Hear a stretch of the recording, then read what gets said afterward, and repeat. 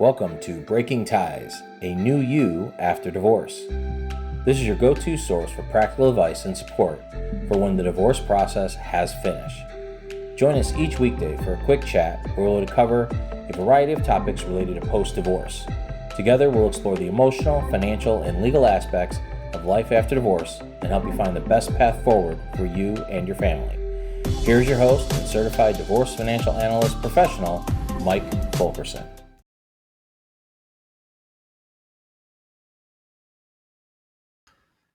Hi, and welcome back to Breaking Ties, a new you after divorce. I'm your host, Mike Fulkerson, financial advisor and certified divorce financial analyst professional. Today's topic, we're going to get into a question that many divorced parents might grapple with, and that is, can children change schools after the divorce is final? Let's take a look at this aspect of post-divorce life. First, it's essential to understand that decisions about children changing schools after the divorce is final, it really depends on various factors, and the best interest of the children are at the forefront of these considerations. One common scenario is when the custodial parent wishes to relocate. If the custodial parent plans to move to a new location that would necessitate a change in the child's school, this situation typically requires approval from the court. The non-custodial parent may have the right to contest the proposed relocation. The court considers the reasons for the relocation, the potential impact on the child, and the overall best interest of the child. So factors such as the quality of the new school, the child's relationships with teachers and friends, and the distance between the old and new residents are taken into account. Now, communication between the co-parents is critical in such situations. If the custodial parent is contemplating a move that would result in a change of schools for the child, open and transparent communication with the non-custodial parent is of the utmost importance. Discussing reasons for the move and potential arrangements for visitation can help facilitate a smoother process. Now, if both parents agree on the school change, the court process may be pretty straightforward.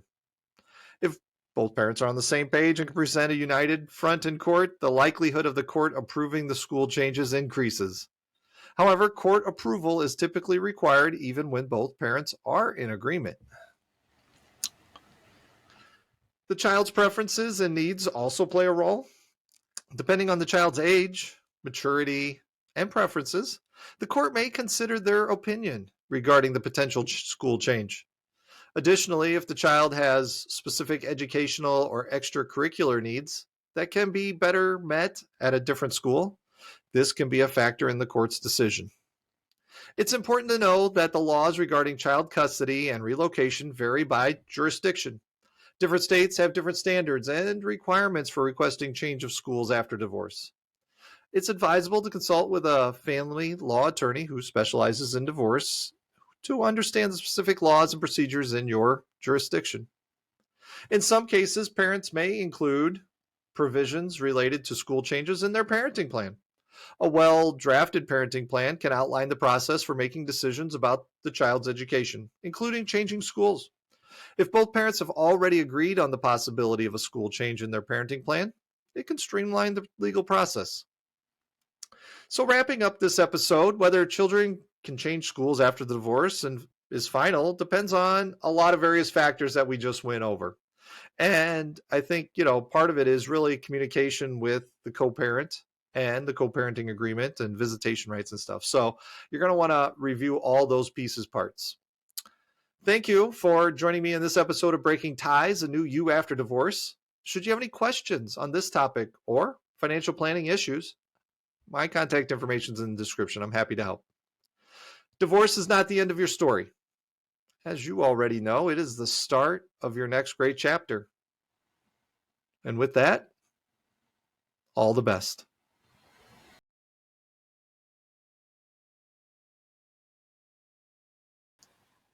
Hi, and welcome back to Breaking Ties, a new you after divorce. I'm your host, Mike Fulkerson, financial advisor and certified divorce financial analyst professional. And today we're going to talk about a topic that's pretty challenging, dealing with a difficult ex-spouse. So let's explore some strategies to navigate this challenging terrain and focus on creating a new you after divorce is finalized. First, it's critical to establish boundaries with your ex-spouse. Clearly define the boundaries of your post-divorce relationship and determine what communication is necessary for co-parenting and stick to those essential conversations. Communication is widely considered to be key, but it must be healthy and respectful. You want to maintain open lines of communication focused on really the well-being of the children. Now, if there aren't any kids, then your communications are going to be different, if at all. Keep the conversations concise, child-centered when you have children, and avoid unnecessary personal details or emotions. You could also consider using written communication. So if face-to-face or phone interactions with your ex-spouse are particularly difficult, opt for written communication through email or messaging. This allows for a more thoughtful and control, exchange of information. A little empathy goes a long way. So trying to understand your ex-spouse's perspective and acknowledge their feelings without necessarily agreeing with them. Empathy can create a more cooperative atmosphere and foster better communication potentially. If things are difficult, then, maintaining that support system you set up, surrounding yourself with, friends, family, or a support group who understand the difficulties you're facing. Having a support system can provide emotional comfort and a sounding board for navigating those difficult situations. While you can't control your ex-spouse's behavior, you can control your reactions to it. So we want to focus on our reactions and then choose responses that are calm, collected, and don't escalate the situation. This can contribute to a more positive and manageable co-parenting relationship as well. Now, we really want to document important information. Keep a record of all communication and interactions with your ex-spouse, especially if there's disputes or disagreements. This documentation can serve as evidence if legal intervention becomes necessary down the line. If communication remains difficult, seeking the assistance of a mediator or a therapist specializing in co-parenting dynamics can be beneficial. A neutral third party can help facilitate healthier communication and provide guidance on navigating challenges. We also want to set realistic expectations. Understand that your ex-spouse may not change overnight. Not likely, right? And you may not be able to control their behavior, which is part of the reason you may have gotten a divorce. Now, setting realistic expectations can help you approach the situation with a more balanced mindset, though. Having a detailed parenting plan in place for when you have kids often helps reduce conflicts by clearly outlining expectations, responsibilities, and schedules. So a well-crafted plan can serve as a reference point for both parties. Don't underestimate how the parenting plan can help you. And then lastly, let's know when to disengage. In some situations, disengaging from unnecessary conflicts or arguments is really the best course of action. Pick your battles wisely and focus on maintaining a healthy environment for yourself and any kids that may be involved.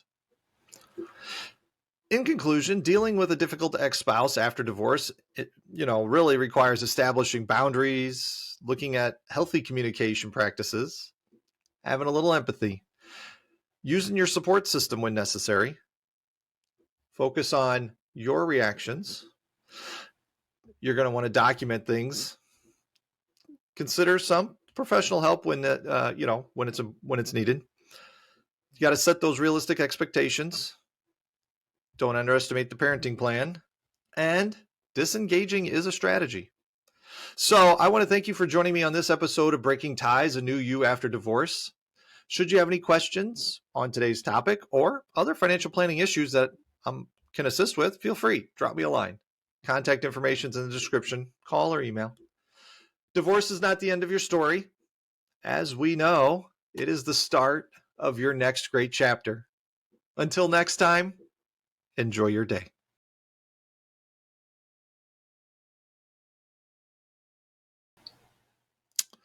Hello, And welcome back to Breaking Ties, a New You After Divorce. I'm your host, Mike Fulkerson, financial advisor and certified divorce financial analyst professional. And today we're going to look at the emotional aspect of post-divorce life and how to emotionally prepare for single life after divorce is final. Let's explore some strategies to navigate this transformative journey. First, it's important to acknowledge your emotions. I mean, really, the end of a marriage is a significant life event, and it's natural to experience a range of emotions from relief and liberation to sadness or uncertainty. Take the time to recognize and validate these emotions without any judgment. During marriage, our identities become intertwined with our spouses. We want to rediscover that identity, like your identity. So take this opportunity to rediscover who you are as an individual. Reflect on your values, interests, and new personal goals. Reconnect with the aspects of yourself that may have taken a back seat. Establishing a support system can actually be very productive. Surround yourself with a strong support system of friends, family, or support group. Having people who understand and empathize with your journey can provide emotional comfort and a lot of encouragement. We're going to want to set realistic expectations. Understanding that the transition to single life after divorce is a process that really will take some time. Setting realistic expectations for yourself and recognize that healing is a gradual journey with ups and downs. It's not going to happen all right away. We want to have a self-care routine. Prioritize that self-care to nurture your emotional well-being. It's actually very important, probably more important than most people realize. And that, whether it's exercise, mediation, reading, or other activities that bring you joy, incorporating self-care into your routine can help you stay grounded during this transition. Now, single life presents an opportunity to rediscover and pursue passions. Embrace the freedom to rediscover these passions. Use this time to explore activities or hobbies that bring you joy and fulfillment. We also want to view this period as a chance for personal growth and self-improvement. Set goals for your future, both professionally and personally. Use this time to invest in yourself and your aspirations. One that I find interesting is really reframing your perspective. Shift your perspective from seeing the divorce as an ending to viewing it as a new beginning. Embrace the opportunity to create a life that aligns with your values and aspirations. It's okay to also be happy. Wrapping up, emotionally preparing for single life after divorce is final involves many aspects. I mean, it's everything from figuring out who you are to making sure you have realistic expectations of yourself, but also keeping that self-care, focused personal growth all in mind. I want to thank you for joining me on this episode of Breaking Ties, a New You After Divorce. Should you have any questions on today's topic or other financial planning issues, feel free to contact me. My information's in the description.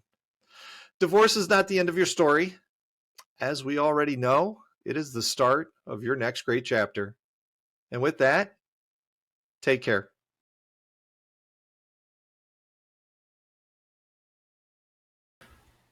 Hello, and welcome back to Breaking Ties, a New You After Divorce. I'm your host, Mike Fulkerson, financial advisor and certified divorce financial analyst professional. Today, we're tackling a practical aspect of post-divorce life, and that is enforcing court orders once the divorce is final. So let's explore options available for ensuring compliance with court-issued orders. Now, it's critical to understand that court orders are actually legally binding and both parties are expected to comply with them.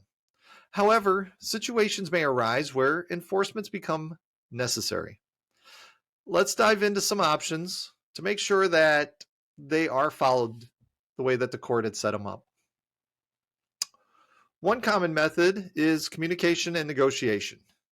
Before escalating the situation, attempt to communicate with your ex-spouse about the issue. Discuss the specific court order, express your concerns, and try to reach a resolution through negotiation.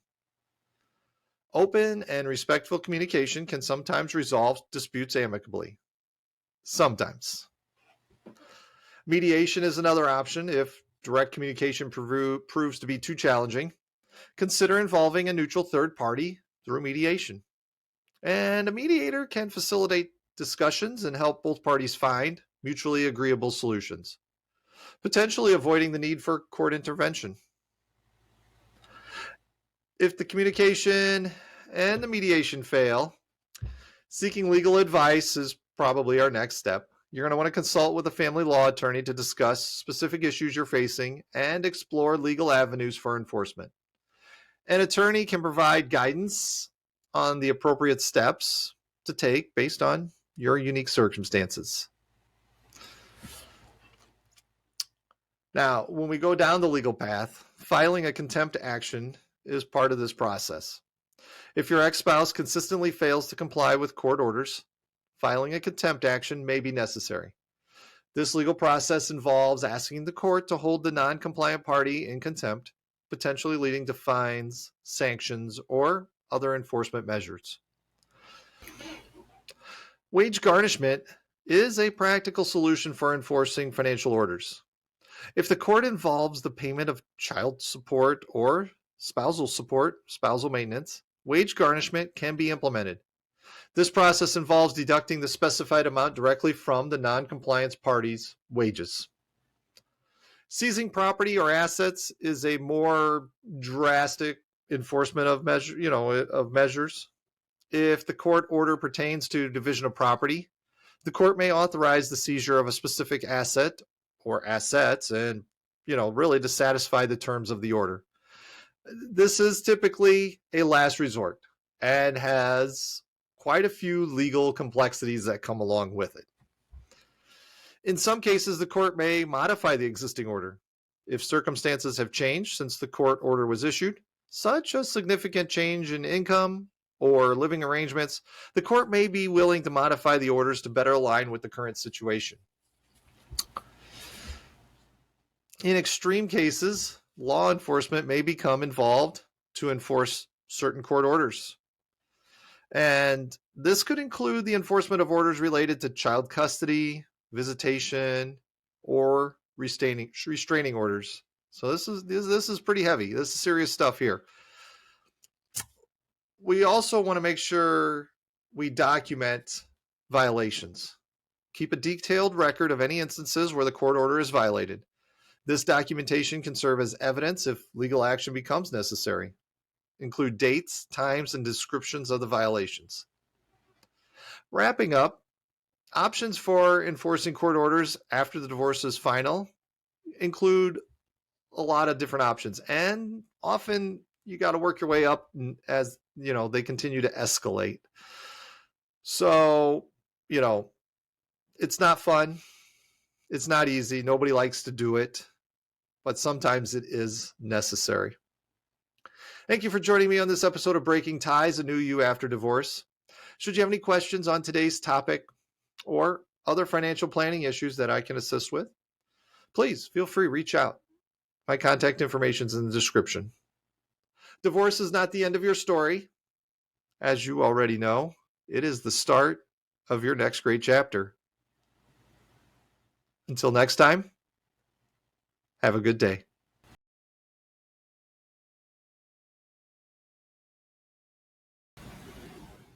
Hello, and welcome back to Breaking Ties, A New You After Divorce. I'm your host, Mike Fulkerson, financial advisor and certified divorce financial analyst professional.